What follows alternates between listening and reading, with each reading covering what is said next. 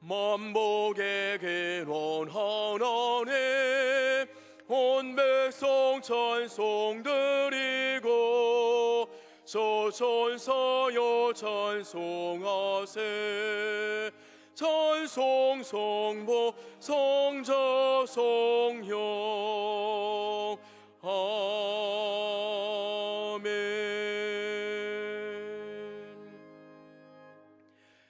내게 주신 모든 은혜를 내가 여호와께 무엇으로 보답할까? 내가 구원의 잔을 들고 여호와의 이름을 부르며 여호와의 모든 백성 앞에서 나는 나의 서원을 여호와께 갚으리로다.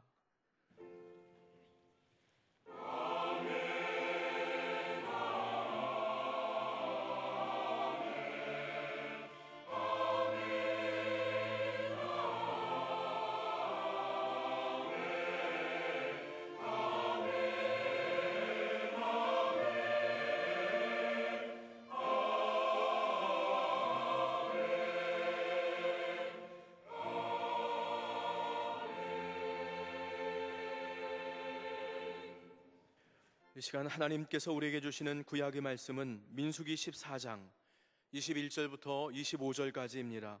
제가 가진 성경 218쪽입니다. 민수기 14장 21절부터 25절까지입니다. 그러나 진실로 내가 살아있는 것과 여호와의 영광이 온 세계에 충만한 것을 두고 맹세하노니 내 영광과 애굽과 광야에서 행한 내 이적을 보고서도 이같이 10번이나 나를 시험하고 내 목소리를 청종하지 아니한 그 사람들은 내가 그들의 조상들에게 맹세한 땅을 결단코 보지 못할 것이요 또 나를 멸시하는 사람은 한 사람도 그것을 보지 못하리라. 그러나 내 종 갈렙은 그 마음이 그들과 달라서 나를 온전히 따랐은즉 그가 갔던 땅으로 내가 그를 인도하여 드리리니 그의 자손이 그 땅을 차지하리라. 아말렉인과 가나안인이 골짜기에 거주하나니 너희는 내일 돌이켜 홍해 길을 따라 광야로 들어갈지니라. 아멘.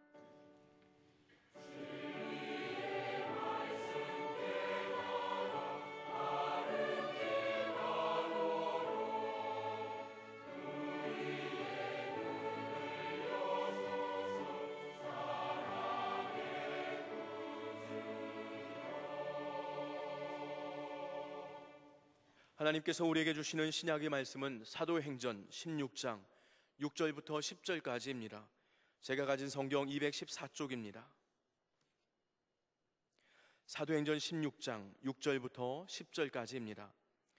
성령이 아시아에서 말씀을 전하지 못하게 하시거늘 그들이 부르기아와 갈라디아 땅으로 다녀가 무시아 앞에 이르러 비두니아로 가고자 애쓰되 예수의 영이 허락하지 아니하시는지라 무시아를 지나 드로아에 내려갔는데 밤에 환상이 바울에게 보이니 마게도냐 사람 하나가 서서 그에게 청하여 이르되 마게도냐로 건너와서 우리를 도우라 하거늘 바울이 그 환상을 보았을 때 우리가 곧 마게도냐로 떠나기를 힘쓰니 이는 하나님이 저 사람들에게 복음을 전하라고 우리를 부르신 줄로 인정함이로라.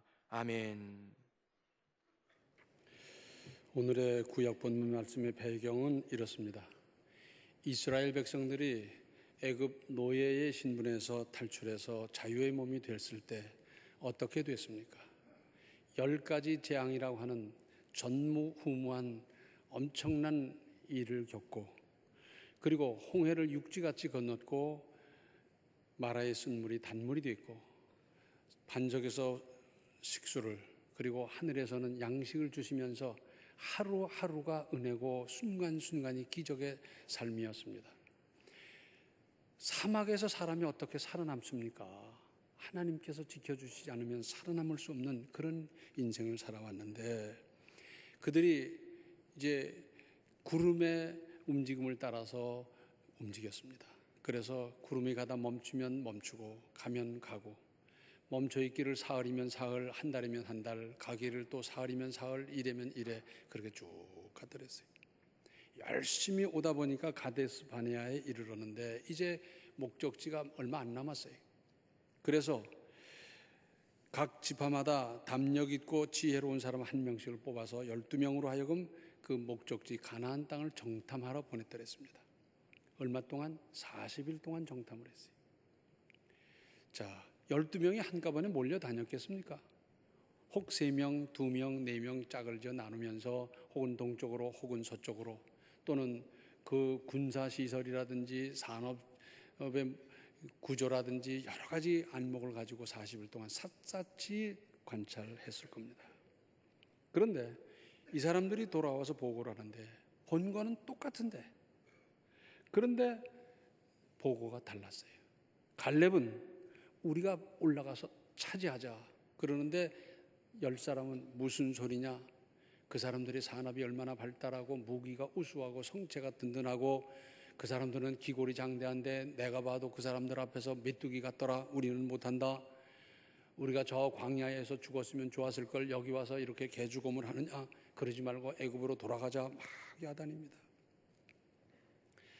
같은 사실을 보았는데 해석이 다르고 어떻게 받아들이냐에 따라서 다르고 믿음으로 했느냐 안 했느냐에 따라 전혀 다른 보고가 나왔어요.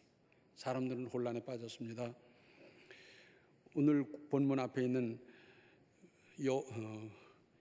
민수기 14장 4절부터 10절에는 이런 말씀이 있습니다. 이에 서로 말하되 우리가 한 지휘관을 세우고 애굽으로 돌아가자 하매 모세와 아론이 이스라엘 자손의 온 회중 앞에 엎드린지라. 그 땅을 정탐한 자 중 눈의 아들 여호수아와 여분네의 아들 갈렙이 자기들의 옷을 찢고 이스라엘 자손의 온 회중에게 말하여 이르되 우리가 두루 다니며 정탐한 땅은 심히 아름다운 땅이라. 여호와께서 우리를 기뻐하시면 우리를 그 땅으로 인도하여 들이시고 그 땅을 우리에게 주시리라. 이는 과연 젖과 꿀이 흐르는 땅이니라. 다만 여호와를 거역하지는 말라. 또 그 땅 백성을 두려워하지 말라. 그들은 우리의 먹이라. 그들의 보호자는 그들에게서 떠났고 여호와는 우리와 함께 하시느니라. 그들을 두려워하지 말라 하나 온 회중이 그들을 돌로 치려 하는데 그때 여호와의 영광이 회막에서 이스라엘 모든 자손에게 나타나시니라. 맞아 죽을 뻔했어요. 이때 하나님께서 직접 개입하시지 않았더라면 모세, 여호수아, 갈렙은 뼈도 못 추렸을 겁니다. 하나님께서 얼마나 속이 상하셨던지 이 사람들 싹 쓸어버리자. 그리고 너로 말미암아 내가 훨씬 훌륭한 민족을 이루어서 이제 그리고 그 목적을 이루게 하겠다 했더니 모세가 하나님께 기도합니다. 하나님, 그전에도 잘못할 때 용서해 주셨지 않습니까? 용서해 주십시오. 그리고 애굽을 떠나올 때 애굽 사람을 비롯한 인근 여러 나라 사람들이 어떻게 생각했습니까? 전 노예들이 믿는 하나님 그 별것도 아닌 줄 알았는데 대단하더라. 그 많은 기적을 행하면서 이 백성을 이끌어 갔는데 그렇게 놀랐더랬습니다. 그런데 그 하나님이 자기 백성을 저 광야에서 다 죽게 만들었다고 하면 하나님께는 무슨 영광이 되겠습니까? 용서해 주십시오. 그러는 겁니다. 그래서 하나님께서는 어떻게 하셨습니까? 자, 가데스 바네아까지 2년 걸렸는데 거기서 가나안 땅 들어갈 때까지는 38년이 걸렸습니다. 거기서 세대 교체를 하고요. 다음 세대, 오염되지 아니한 다음 세대가 들어가도록 하나님께서 하셨더랬어요. 그런데 오늘의 구약 본문 24절을 보시면 그러나 내 종 갈렙은 그 마음이 그들과 달라서 나를 온전히 따랐은즉 그가 갔던 땅으로 내가 그를 인도하여 드리리니 그의 자손이 그 땅을 차지하리라. 하나님께서는 다른 한 사람의 믿음 있는 의인을 찾으십니다. 군중 심리에 부화뇌동하지 않고 의연하게 끝까지 믿음으로 버텨서는 당당한 자세, 이러한 갈렙의 후손에게 복을 주셨습니다. 많은 사람이 그렇게 하면 나도 무비판적으로 그렇게 하겠습니까? 혹 그렇게 안 하면 왕따 당할까 봐 마음에 없어도 소신도 주관도 없이 따라가시겠습니까? 어차피 신앙의 길은 외로운 길입니다. 좁은 문으로 들어가라는 말씀의 뜻이 뭡니까? 많은 사람이 가는 그 길 아니고 몇몇 안 되는 사람이 가는 그 좁은 문, 좁은 길 가라는 것 아니겠습니까? 우리가 신앙생활하면서 때때로 무서운 결단을 해야 할 대목에 이릅니다. 그때마다 하나님의 뜻에 합당한 결단을 하십시오. 그래야 이기고, 그래야 하나님께서 기뻐하시는 인생이 되고, 그래야 믿음이 쑥쑥 자랍니다. 1000만 사람이 찬성해도 안 해야 할 일이 있고 많은 사람이 반대해도 그것을 무릅쓰고 가야 할 길이 있는 법입니다. 이것이 그리스도인의 믿음이고 하나님께서 원하시는 신앙인이 가야 할 길입니다. 건곤일척의 대단한 결단을 해야 될 그때마다 우리는 속아왔어요. 계산해 봤더니 안 맞고 누구 말을 들으니 이렇다더라 저렇다더라 그러면서 미루고 어쩌고 하다 보니까 시기도 놓쳐버리고 결단을 못하면서 나중에 그것 때문에 오히려 시험 들고 문제가 되고 그런 경우가 얼마나 많았더랬습니까? 결단해야 될 때는 대단하게 결단하는 신앙이 되시기를 바랍니다. 오늘의 신약 본문 말씀 내용은 이렇습니다. 사도 바울의 제2차 세계 전도 여행 때 있었던 일로서 바울은 저 아시아 지방, 즉 동쪽으로 가기 위해서 이제 마음을 먹고 있었고 루스드라에서 디모데를 조수로 발탁하고 이제 아시아를 가기 위해서 비두니아로 가려 했으나 예수님의 영이 허락하지 않으셨습니다. 그러자 우회해서 가려고 했지만 역시 하나님께서 그 길을 막으셨습니다. 지금은 막으셨는데 제3차 전도 여행 때는 아시아의 수도 에베소에서 3년 동안 머물면서 바울 일생 중 최고로 크게 활동하게 하셨습니다. 여기서 우리가 주목해야 할 대목이 있습니다. 바울이 어떤 사람입니까? 빌립보서 3장 4절로 6절을 보면 이런 말씀이 있습니다. 그러나 나도 육체를 신뢰할 만하며 만일 누구든지 다른 이가 육체를 신뢰할 것이 있는 줄로 생각하면 나는 더욱 그러하리니 나는 8일 만에 할례를 받고 이스라엘 족속이요 베냐민 지파요 히브리인 중에 히브리인이요 율법으로는 바리새인이요 열심으로는 교회를 박해하고 율법의 의로는 흠이 없는 자라. 율법의 의로는 흠이 없는 사람. 대단하지 않습니까? 거기다가 로마 시민권을 가졌고 가말리엘 문화에서 교육을 받았고 헬라 철학을 비롯한 당시의 현대 학문의 무을 통제했던 사람입니다. 그런 그가 전도 계획을 세울 때 얼마나 치밀하게 철저히 준비했겠습니까? 가려는 아시아 지방에 대해서 그 사람들의 문화는 어떻고 거기 인종은 어떻게 구성되어 있고 그들의 역사는 어떻고 그들이 믿는 종교 분포는 어떠하며 경제는 어떻고 정치는 어떻고 얼마나 열심히 연구해 두었겠습니까? 그리고 그가 계획한 대로 잘 안 되자 우회해서 가려고 했습니다. 우리가 지금 천안에서 서울을 가려고 그러는데 경부선 국도가 막혔어요. 그러다 보니까 저 아산 둔포로 해서 돌아가려고 했다 그 말입니다. 그 뜻은 철저히 준비한 것을 쉽게 포기할 일이 아니었기 때문입니다. 그런데 오늘의 신약 본문 9절과 10절을 보면 밤에 환상이 바울에게 보이니 마게도냐 사람 하나가 서서 그에게 청하여 이르되 마게도냐로 건너와서 우리를 도우라 하거늘 바울이 그 환상을 보았을 때 우리가 곧 마게도냐로 떠나기를 힘쓰니 이는 하나님이 저 사람들에게 복음을 전하라고 우리를 부르신 줄로 인정함이로라. 바울은 일대 용단을 내려 계획을 포기하고 마게도냐로 방향을 틀었습니다. 이것은 하나님께서 바울을 유럽으로 보내시려는 크신 섭리가 계셨던 것이고 바울 일행의 이 걸음은 복음이 유럽으로 서진하는 첫걸음이 됐습니다. 마게도냐는 헬라반도 북쪽에 있는 큰 지방입니다. 거기는 데살로니가가 있고 빌립보가 있고 베레아가 있었고 그리고 알렉산더의 본거자입니다. 그래서 지금도 알렉산더 대왕에 대한 그런 흔적들이 많이 남아 있어요. 그런데 10절에 바울이 그 환상을 보았을 때 우리가 곧 마게도냐로 떠나기를 힘쓰니 이는 하나님이 저 사람들에게 복음을 전하라고 우리를 부르신 줄로 인정함이로라. 주저의 시기는 지나고 결행의 시기가 온 겁니다.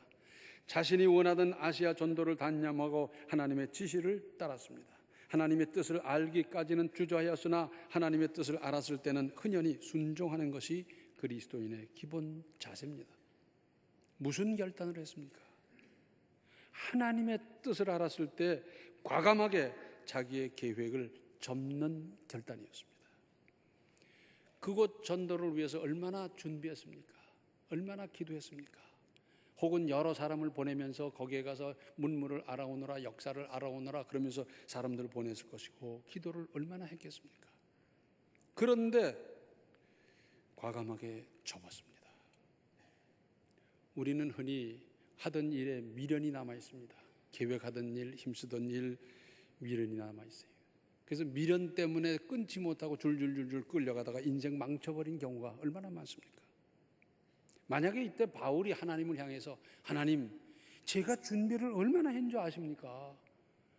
제가 이 일을 위해서 기도를 얼마나 했습니까? 제가 준비한 것이 이렇게 많습니다. 당장 떠나면 바로 복음을 증거할 수 있는데 거기 한두 사람 또 미리 접촉도 다 해놓고 서로 더 약속까지 다 해놨는데 어쩌란 말입니까? 했더라면 어떻게 됐겠습니까? 또 순종하는 결단이었습니다. 내 뜻, 내 준비와 다르지만 흔연히 순종하는 겁니다. 사실 순종의 의미는 바로 이겁니다. 내 뜻이 아닌데 따르는 것이 순종이에요. 그런데 우리는 흔히 자기 뜻에다가 하나님을 설득하려고 그러지 않습니까? 저는 이런데요, 하나님 이렇게 해달라고. 그러니까 하나님이 얼마나 곤혹스러우시겠어요. 내 계획이 이렇고 내 준비가 이렇게 많다 하더라도 하나님의 뜻이면 포기하고 접고 하나님의 뜻을 따르는 것이 믿음 아니겠어요? 우리가 기도할 때 하나님께서는 4가지로 응답하신다 그래요. 먼저는 즉시 응답하는 겁니다. 위기 상황을 만났다든지 불이 났다든지 막 어쩔 수 없는 순간에 그때 주여 하는 겁니다. 그때 기도하면서 천지 만물을 만드신 하나님 그러다간 죽어요. 그때 주여 하면 그 주여 속에 들어있는 하나님 나를 도와주십시오, 나를 지켜주십시오, 이때를 피하게 해주시옵소서, 그게 다 들어있는 것 하나님 다 아십니다. 그땐 주여 하는 겁니다. 긴급할 때 주여 하면 하나님께서 긴급하게 응답해 주셔요. 그리고 초신자의 기도를 잘 들어주시고요, 어린이 기도를 즉시 응답해 주고 그러십니다. 그래서 어린이 기도하게 하고요, 새로 믿은 사람 기도하게 해야 돼요. 서툰 기도에도 하나님은 응답이 따르게 되어 있습니다. 기도가 매일같이 이렇게만 되면 얼마나 재미나겠어요. 기도하자마자 응답받고 그러면 참 재미날 터인데 또 그렇지 않은 것도 있거든요. 내 생각에는 1월 30일, 1월 말일까지 세상 없어도 이 응답이 따라야 되겠는데 그러고 기도를 했습니다. 그런데 아이고 이게 웬일입니까? 1월 말이 지나갔는데도 아무 소식이 없어요. 우리 하나님이 2월 말로 잘못 들으셨나? 그리고 열심히 기도했는데 2월 말이 돼도 아무 소식이 없어요. 정의월 다가고 3월이 됐는데도 소식이 없어요. 야, 이제는 하나님이 나를 사랑하지 않나 보다, 이제 내 기도가 응답되지 않나 보다 별별 생각을 다 하고 있는데 나중에 9월 말에 응답이 됐어요. 그 후에 몇 달 지나고 1년 지나고 가만히 생각을 해봤더니 그때 1월 말에 응답됐으면 안 되는 거예요. 하나님께서 전지전능하셔서 내게 가장 적당한 때 9월 말 딱 응답해 주신 것 비교를 해봤더니 맞아, 9월 말이 좋았어. 이렇게 깨닫는 겁니다.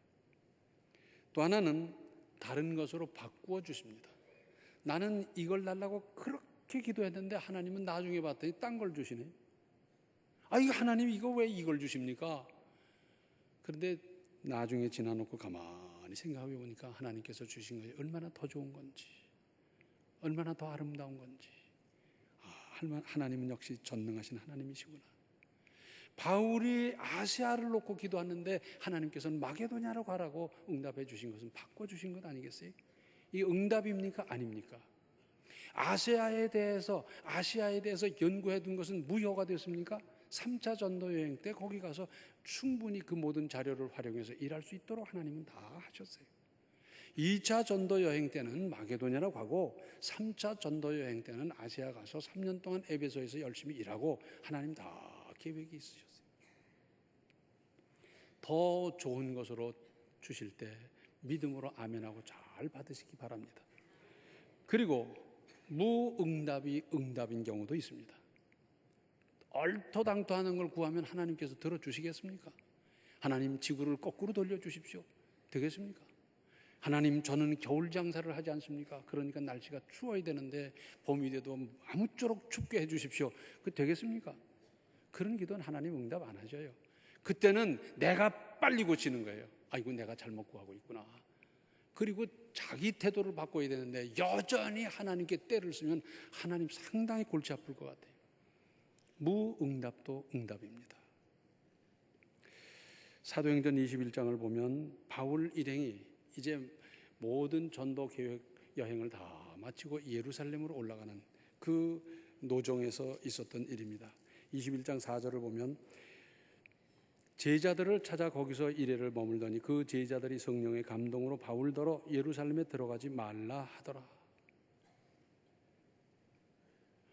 지금 자기는 모든 계획을 세워놓고 예루살렘으로 가고 있는데 그 제자들이 인정에 끌려서 하는 것도 아니고 또 계산에 의해서 한 것도 아니고 성령의 감동으로 바울더러 예루살렘에 가지 말라 그러는 겁니다.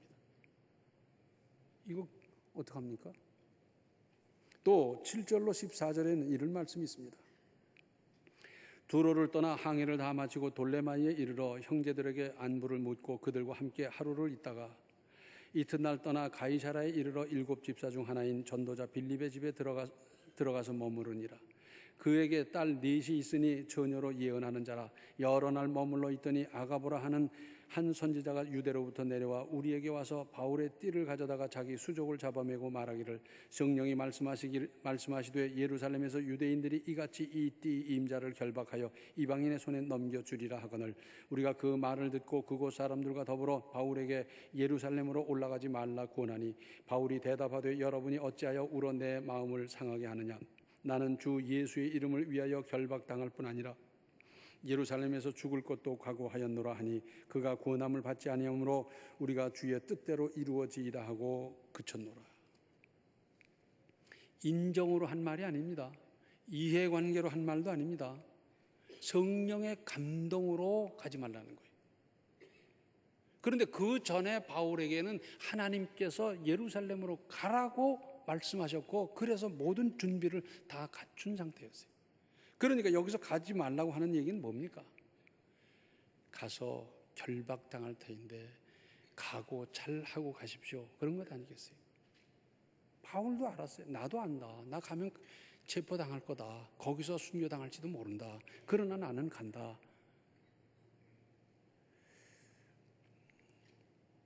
나는 주 예수의 이름을 위하여 결박당할 뿐 아니라 예루살렘에서 죽을 것도 각오하였노라. 그리고 가는 겁니다. 하나님의 뜻이면 여기서 이분들이 보았던 건 뭐냐면 결박당하는 것까지는 성령의 감동으로 보았지만 그 후에 하나님의 오묘한 계획, 깊고 깊은 그 계획까지는 몰랐던 거예요. 그래서 바울은 하나님의 명령을 따라서 체포당할 것도 그리고 그로 말미암아서 혹 순교당할 것도 각오하면서 가는 겁니다.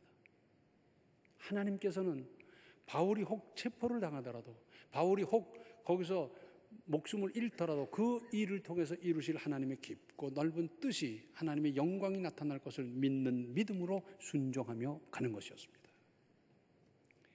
결단 잘하십시오. 결단 잘하십시오. 오늘 구약 본문의 말씀이 뭡니까? 다른 사람 갈렙 다르다는 겁니다. 모든 사람이 간다고 그 길 갈 거 아니지 않습니까? 신약의 말씀 뭡니까? 하나님의 뜻을 분별해서 그 뜻을 따라 사는 그 대단한 결단. 결단을 말할 때 우리 흔히 과단성이 있다 그런 말을 합니다. 열매 과자에다 자를 단자거든요. 그래서 마치 사과를 딱 쪼개면 시원하게 쪼개지듯이 그렇게 결단하라는 겁니다.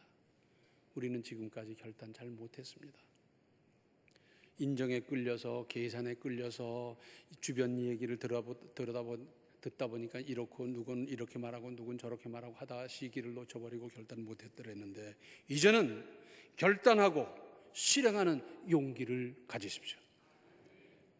우리는 용기가 부족합니다. 그렇기 때문에 하나님께 구하는 겁니다. 하나님 이제는 끝까지 실행할 수 있는 용기를 제게 주시옵소서.